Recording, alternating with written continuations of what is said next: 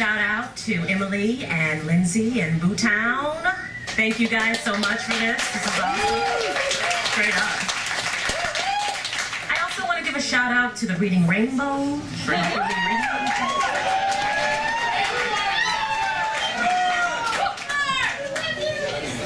All right, here we go. Red vinyl corset. Black knee-high boots with a 2-inch heel. Fishnets for the legs and hands. A luxurious brown wig with ears poking up. And a large brown squirrel tail that sways when you walk. This is how I remember my father the best. I was 8 years old. I always knew my father was different. But I was raised to believe that different is just a shade from normal. Nothing to be worried about and always to be thoroughly enjoyed. I loved being different myself, and for a while thought it was great that my dad helped pick out my wardrobe. I thought it was awesome. That my dad was like everyone's mom. He cooked my dinners, did my laundry, made my costumes for the plays, helped me with my homework, and most importantly, was always, always there for me. All of that shit that firmly invests you into the halls of parenting. I don't quite remember when it was that I realized that my dad's kind of different was a little further outside normal. He had a couple of characters, all based on some sort of fox or cat. It would take him 2 hours to make himself into it. He would peacock around science fiction conventions, entering himself in the costume competitions occasionally, but mostly soaked up in photographic attentions and the love of his fans. Because of course he had fans.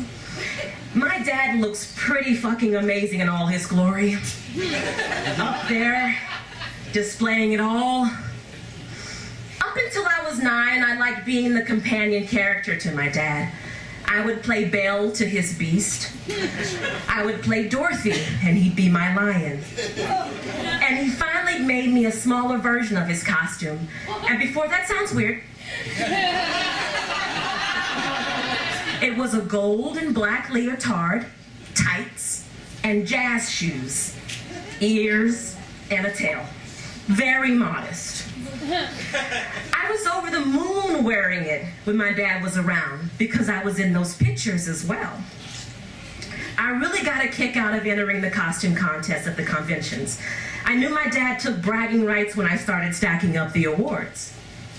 Costume contests are about half technique and half showmanship. As the precocious little child actress, I milked the shit out of it. Which pays out when you're with your other competitors and not so polished about being in front of people. There was a convention in College Station, AggieCon, where there was a separate contest called Miss AggieCon. My dad was Susan Lucci of this competition.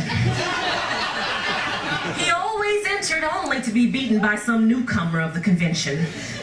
This time I hadn't done so well in the costume contest, so I asked my dad if I could also enter the pageant. Miss AggieCon.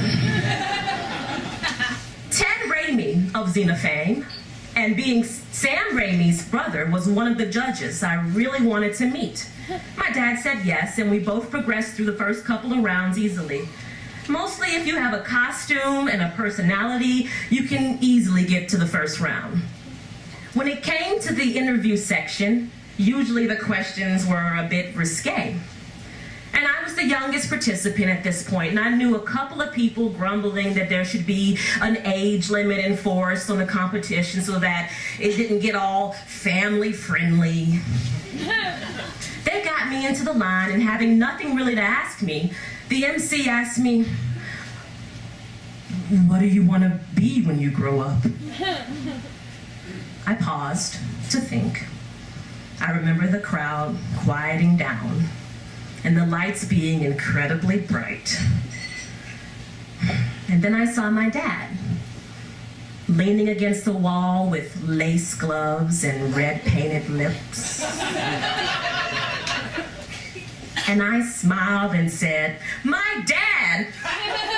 Of course!"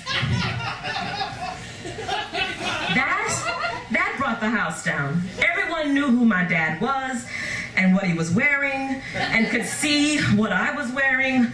And I guess everyone was expecting me to say, "I'd like to be a lawyer or an astronaut." But no, I went for the most honest answer I had. Ended up beating my dad out of title for Miss Aggie Khan. Where's my mom in all of this? Well, she wasn't there that night. The costumes made her uncomfortable. She didn't really have a part to play in his world, and she didn't really want one. She was incredibly embarrassed when he would go out in public and come home with red kiss marks all over him from all the geek women who swooned over him. Eventually, she would be one to criticize him for bringing me around in his costumes. And for a while, her shaming of him worked on me too. When I realized how different it was from my peers, I had a lot of issues making connections with mainstream children. I do not judge my mom for how she reacted. She was a Harvard graduate, overwhelmed by a marriage to an AutoZone sales assistant,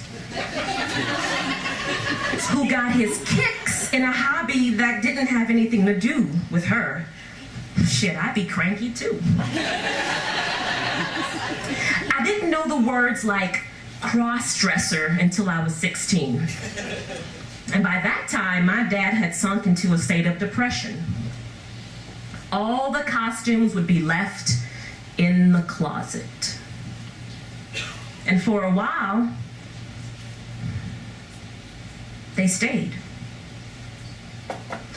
But his new girlfriend was a huge fan of his costume parades. Her support of his lifestyle is what has endeared me to her. Finally, it showed me how I could be appreciative of his art, while the negative messages of society was starting to work on me through my mother.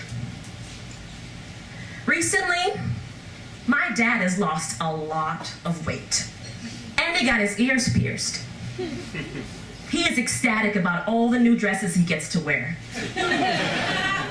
When I finally cleaned out my closet, he took my sparkly pink leather jacket from freshman year, and I was just gonna give it away, but it looked incredibly perfect on him.